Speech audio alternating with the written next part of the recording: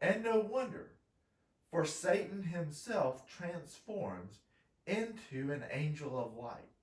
2 Corinthians chapter 11, verse 14. Have you ever put a bucket under a slow leak? Just one slow drop at a time. You walk away thinking it will be fine. The drip is so slow that you barely even notice it. But over time, drop after drop, eventually the bucket overflows.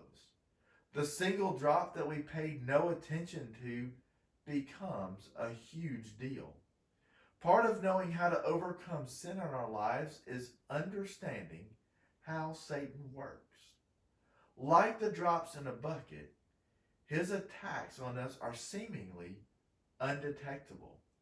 He knows that if we recognize the attack, we are more likely to fight it. We are less likely to notice the small drops. It starts with our focus. If I were your enemy, I would disguise myself and manipulate your perspectives so that you'd focus on the wrong culprit. Maybe your spouse, your friends, your health, or your finances. Anytime we shift our focus, we are vulnerable to drops in the bucket. Focus clears away the dead space and the clutter. It minimizes distractions and lowers your risk of being blindsided. The bucket overflows when we do not focus on the small details. Same with our lives. When our priorities are out of line, when we are out of balance, we are more vulnerable and more prone to sin. Many times we are so unfocused, we do not even realize what is happening until we are already ensnared. Matthew chapter 4 deals with the temptations of Christ. It begins with Jesus being in the wilderness where he fasted for 40 days and 40 nights.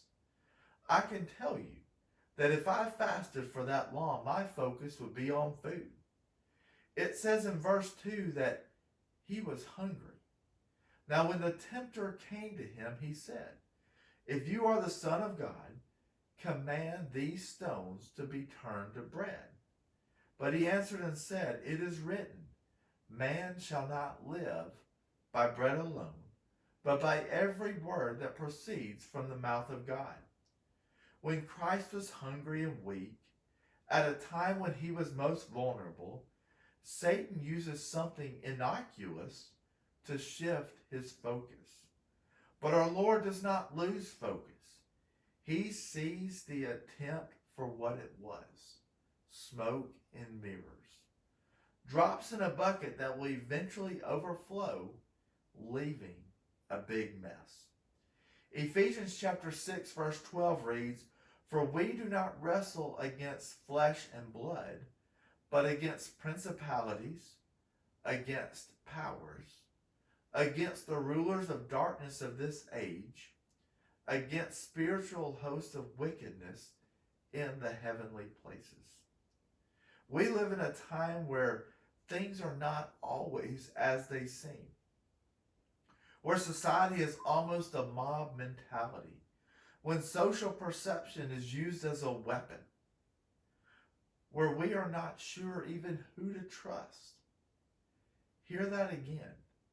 Flesh and blood, skin and bones are not the places where our real struggles lie. They are just drops in an overflowing bucket.